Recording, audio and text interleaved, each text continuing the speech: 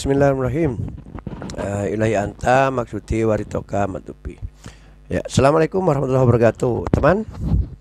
Di episode yang kemarin kita membicarakan tentang ketaatan yang mendekatkan malah membuat jauh diri kita dari Allah dan mendekatkan diri kita kepada neraka. Ketaatan yang bagaimana?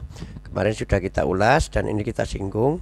Ketaatan kita yang membuat kita merasa paling taat, merasa paling berilmu, merasa paling istiqomah, hingga kita kalau ketemu orang-orang yang di sekeliling kita menganggap mereka sebelah mata, bahkan menganggap mereka lebih rendah daripada kita, baik derajat maupun keilmuan. Itu ketaatan yang bisa menjerumuskan kita semua. Oke teman, sekarang kita membahas maksiat dan khilafiyah yang membuat orang itu semakin dekat kepada Allah dan menjadi jalan usul kepada Allah. Yang bagaimana? Dia yang tukang maksiat, tukang khilafi dan merasa dirinya itu pendosa, tapi membuat dia selalu menghargai orang karena dia merasa rendah. Sopo sih aku tukang maksiat, lahiku sembayangi disiplin dan sebagainya. Sehingga kerendahan ini bisa memuliakan dan menghargai orang lain. Menghargai orang lain.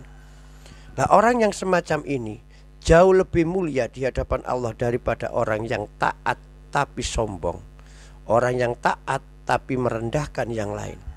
Justru orang yang ahli maksiat ini dengan kemaksiatannya dia bisa menghargai orang lain.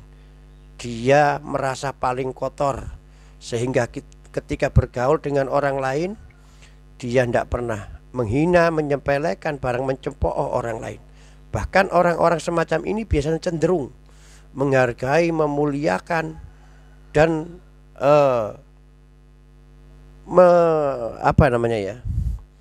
selalu mengangkat nama-nama mereka, baik kebaikan-kebaikan mereka di hadapan orang lain. Inilah tanda-tanda orang yang mendapat rahmatnya dan pertolongan Allah Ta'ala. Jadi maksiatnya semakin mendekatkan dengan pertolongan Allah Ta'ala. Kemanapun dia melangkah dan melihat siapapun, dia tidak pernah mencemooh orang, karena udah merasa dirinya itu paling rendah, tukang maksiat dan lain sebagainya. Sedangkan Allah itu sangat senang ketika ada orang yang maksiat mengakui kemaksiatannya dan semakin membuat dirinya rendah. Disitulah titik nol dan dia sudah menunjukkan kehambaannya.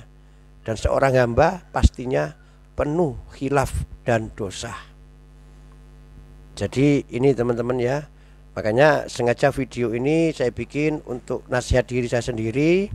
Dan teman-teman kalau sependapat bisa dipakai untuk mengintrospeksi diri dan membuat ibadah kita semakin merunduk, semakin membuat hati kita menjadi terang.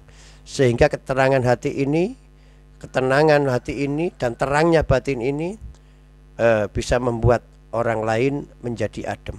Karena apa teman-teman? Saya kemarin di episode yang lalu mengatakan cahaya ini, sinar ini, nur ini bisa menjadi energi. Listrik itu bisa menjadi dingin kalau dipakai kulkas.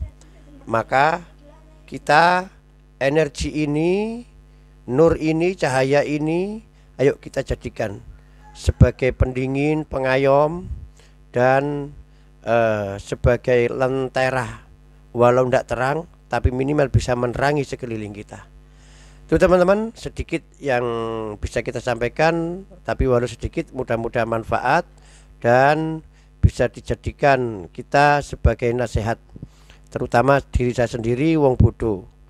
Akhirul kalam, assalamualaikum warahmatullahi wabarakatuh. Salam seduluran selawase.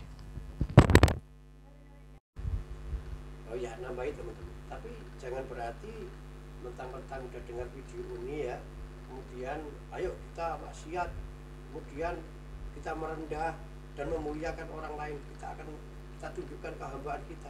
Ya tidak begitu, ya kan?